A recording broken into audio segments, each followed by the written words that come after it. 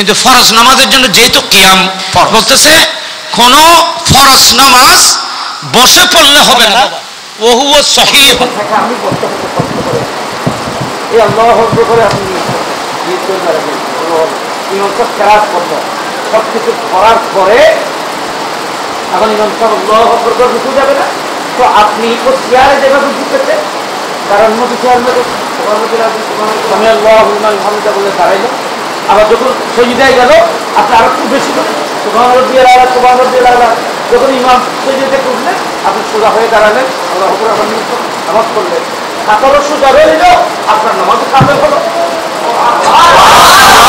Chair কিনলেন হবে সমস্ত চেয়ার দেখে আসবে চেয়ার করে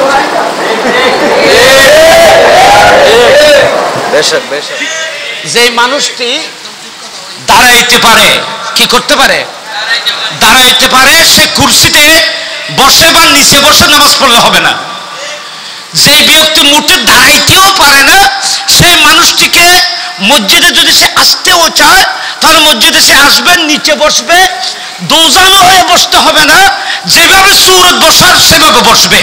তার কারণ আপনি যদি চেয়ার ব্যবহার করেন, আমি আল্লাহর ঘরের মতো আল্লাহর রাস্তা বলতেছি, আপনার নামাজ হচ্ছে না বলেই বলতেছি, এটা আমার দুঃখ লাগতেছে হিসেবে বলতেছি। আপনি মনে করতেছেন আপনি নামাজ পড়তেছেন না, আপনার নামাজ হচ্ছে না। আমি কিতাবের এবার দেখাবো। এখন নামাজ আপনার হচ্ছে না, আপনি যে নামাজটি পড়েছেন এগুলো হয় নাই। কোন ফরজ নামাজ দাঁড়ানোর ক্ষমতা থাকলে বসে পড়লে হবে না। দুটি কারণ, একটা হলো মশলা, অন্য মশলা, একটা হলো খাতার সোজা করা ওয়াজিব। বাবা খাতা সোজা করণ কি, খাতা সোজা করণ নাম কি ওয়াজিব। এটা জমহুর উলামায়ে কেরামের মতে খাতা সোজা করা ওয়াজিব, কিন্তু একদল উলামায়ে কেরাম, বড় পৃথিবীর বিখ্যাত উলামায়ে কেরামের একটি দল বলতেছে এটা সংখ্যা লঘু হলেও বড় মুহাক্কিকিনরা বলতেছে খাতার সোজা করা ফরজ। ইন্না তাসবিয়াতাস সুফুফ মিন ইতমামিস সালাত। আমার নবী ইস্তাউ ওয়া তারাসু, বুখারী শরীফে ইস্তাউ ওয়া তারাসু, আমি দর্শে বুখারীর মধ্যে এগুলো সম্পর্কে আলোচনা করেছি ভাই। ইস্তাউ ওয়া তারাসু, আমার নবী বলেছেন তোমরা কাতার সোজা করো। নবী আল্লাহু আকবার ইমিন আয়ার গো মসলা হই। আর দেশত বন মানুষ আছে যে ইমা আজ মুখ কি বলে মদ জানে আজ একামত শুরু না করে, হঠাৎ খাবিলে এরকম হয় যে বাতি যোগ খাতা সোজা করো, ইয়েল করে আছে। এটা কোন কিতাবে আছে? এটা তো বেদাত। এখন হাইয়া আলাস সালাহ বলে নাই, কাদ কামাতিস সালাহ বলে নাই। পৃথিবীর সমস্ত কিতাব আপনারা খুলে দেখুন, আপনাকে একামতের পরে কাদ কামাতিস সালাত বলার পরে দাঁড়াইতে হবে। এটাই হলো সুন্নত। আগে ভাগে কেন দাঁড়াইলেন? এগুলো ষড়যন্ত্রমূলক করা হয়েছে। মানুষ যখন দাঁড়াইতে দাঁড়াইতে খাতা সোজা করতে থাকে, মুস্তাফার নাম আসলে যেন আঙ্গুলে চুমো দিতে না পারে।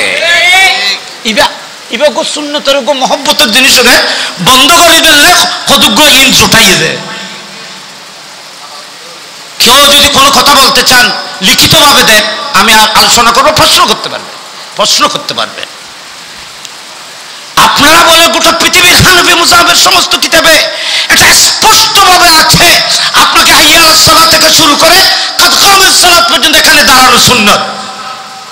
এর আগে দাঁড়ানো বেদাত। রাসূল পাক ইকামতের পরে তাড়াতাড়ি করে আল্লাহু আকবার করে তাকবীরে তাহরিমা বাঁধতেন না। আপনারা এগুলো মনে রাখবেন। তাকবীরে তাহরিমা না বেঁধে মুস্তাফা মেহরাবের মধ্যে পিছন দিকে ফিরে যেতেন। এখন আল্লাহু আকবার করে নিয়ে না বলে নবী ফিরে যেতেন।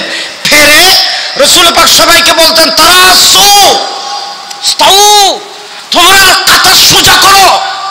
মুস্তাফা নিয়ম না বাঁধিয়ে খাতা সোজা করতে হর, একামতে গিয়ে তারপরও খাতা সোজা করতে হর। কিতাবের মধ্যে আছে, উলামায়ে কেরাম এখানে আছেন, এগুলো ভালো আলেম সম্মানিত হাজির। উনি বলতেছে, আমার নবী উলামায়ে কেরাম বলতেছেন কাতার যদি সোজা না হয় ওয়াজিব তরক হবে। ওয়াজিব তরক হলে কাতারে যারা আছে সবাই গুনাহগার হবে।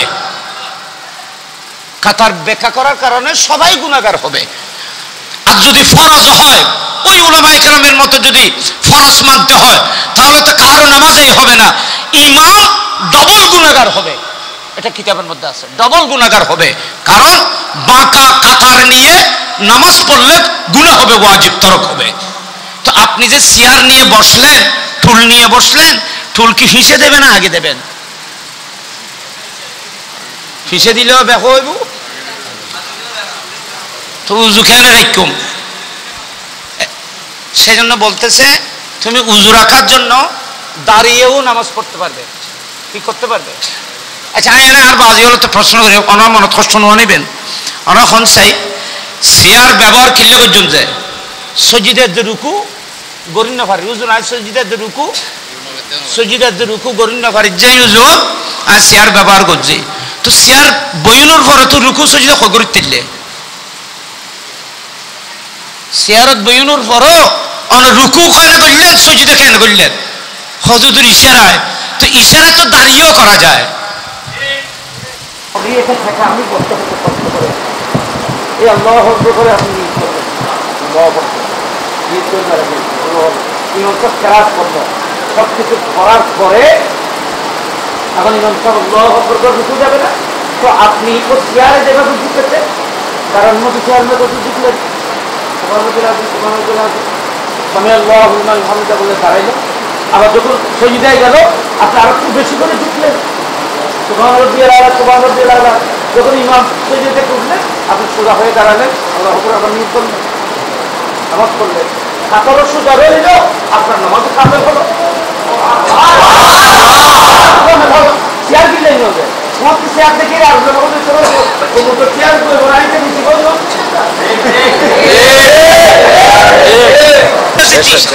জিতে আর ব্যায়াম কি অসুস্থ মানুষ কি এখন এখন বর্তমানে সৃষ্টি হয়েছে না আগেও ছিল? আগে তো মসজিদে চেয়ার ছিল না, তখন কিভাবে নামাজ পড়েছিল? ঘটনা কি হইতে নি প্লাস্টিকের চেয়ার কথা কিন বাইরে এখন আলগাই আনতে কষ্ট নাই। যদি এলে চেয়ার আনন্দ হইতো এখন আলগাই তো বুঝতে তো যে চেয়ার আনন্দ কত কষ্ট।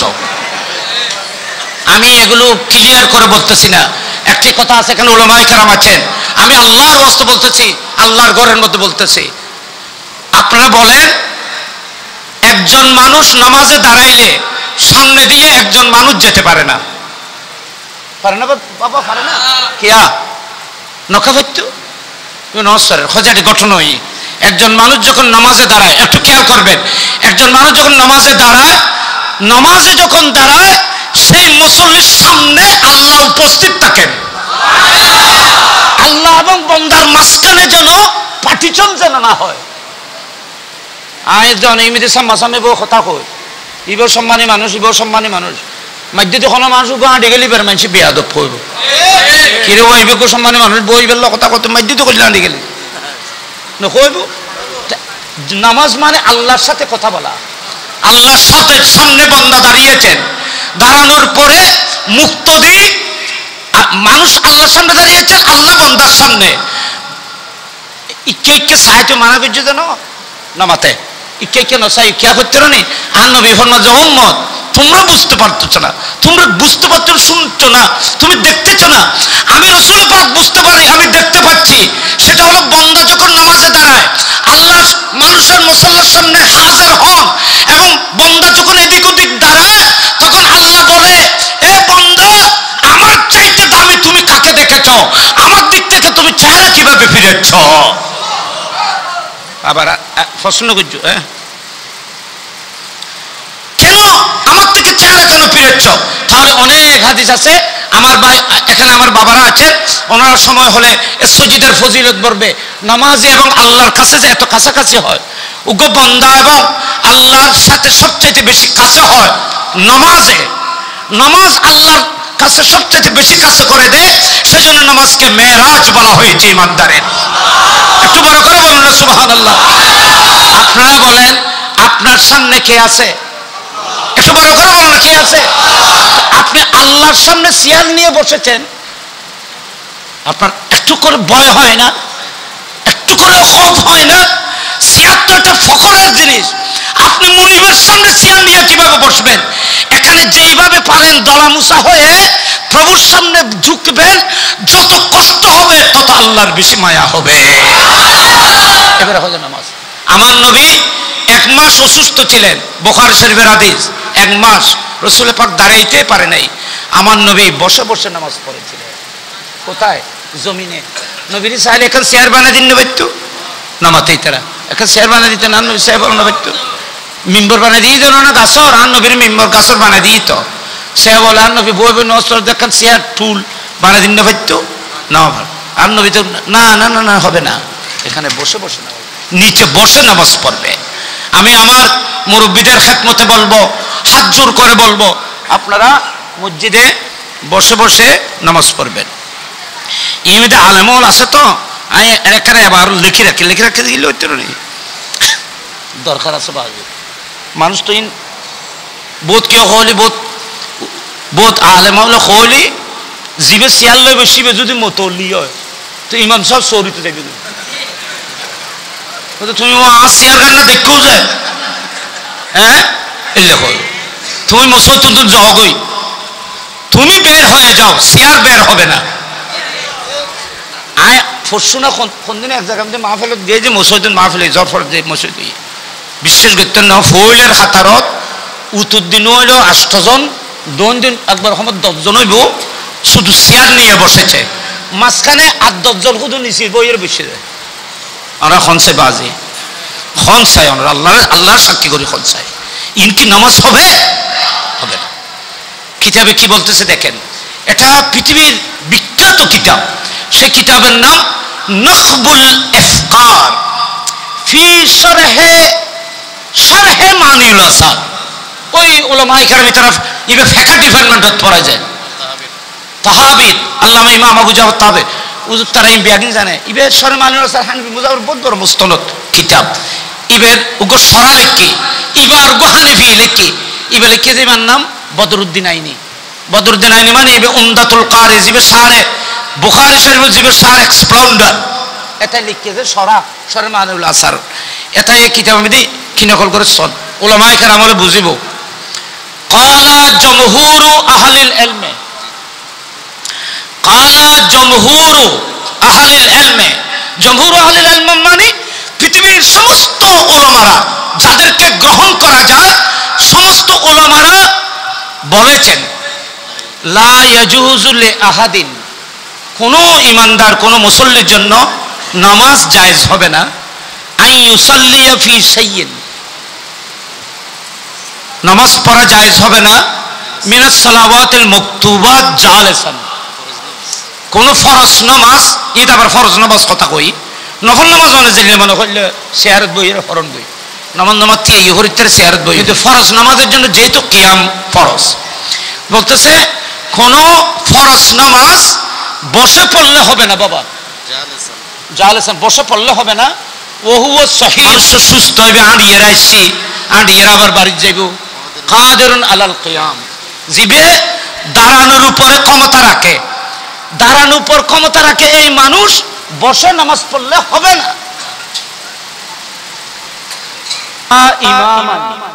ইমামে ফজলে হইতো না, ইবে ইমাম যদি সিয়ালে বইয়ের পড়ে ও কত না তিন নেবারে তিন নেবালি ইবে মত কেন করে ইবে তো মাজুর, ইবে থেকে মাজুর হলে তো জামান মাজুর তিবে করবে তাই বুঝে বোর সমিতি জামাত ধরে করার কথা কি কারণ আছে, আমরা কোনো কষ্ট নেই বাজি আই ওর কাছে ক্ষমা চাই বাজি আই কত খুদ বনো বলে কিছু নাই, ওলা লা ইমাম ওয়ালা মুনফারিদান, খাইলে গায় পড়লো ফরজ নামাজ বো পড়তে ফরজ নামাজ ওলা মুনফারিদান, একা একা পড়লো হইতো না, ওলা খালফা ইমামিন, মুক্তদির পিছে ইমামের পিছে নামাজ পড়লেও বসে নামাজ পড়লে হবে না, যদি আপনি সুস্থ মানুষ হন দাঁড়াইবার ক্ষমতা রাখেন। আল্লাহ ইমবিয়ান কবুল করুক, আমিন। আসসালামু আলাইকুম ওয়া রাহমাতুল্লাহি ওয়া বারাকাতুহু।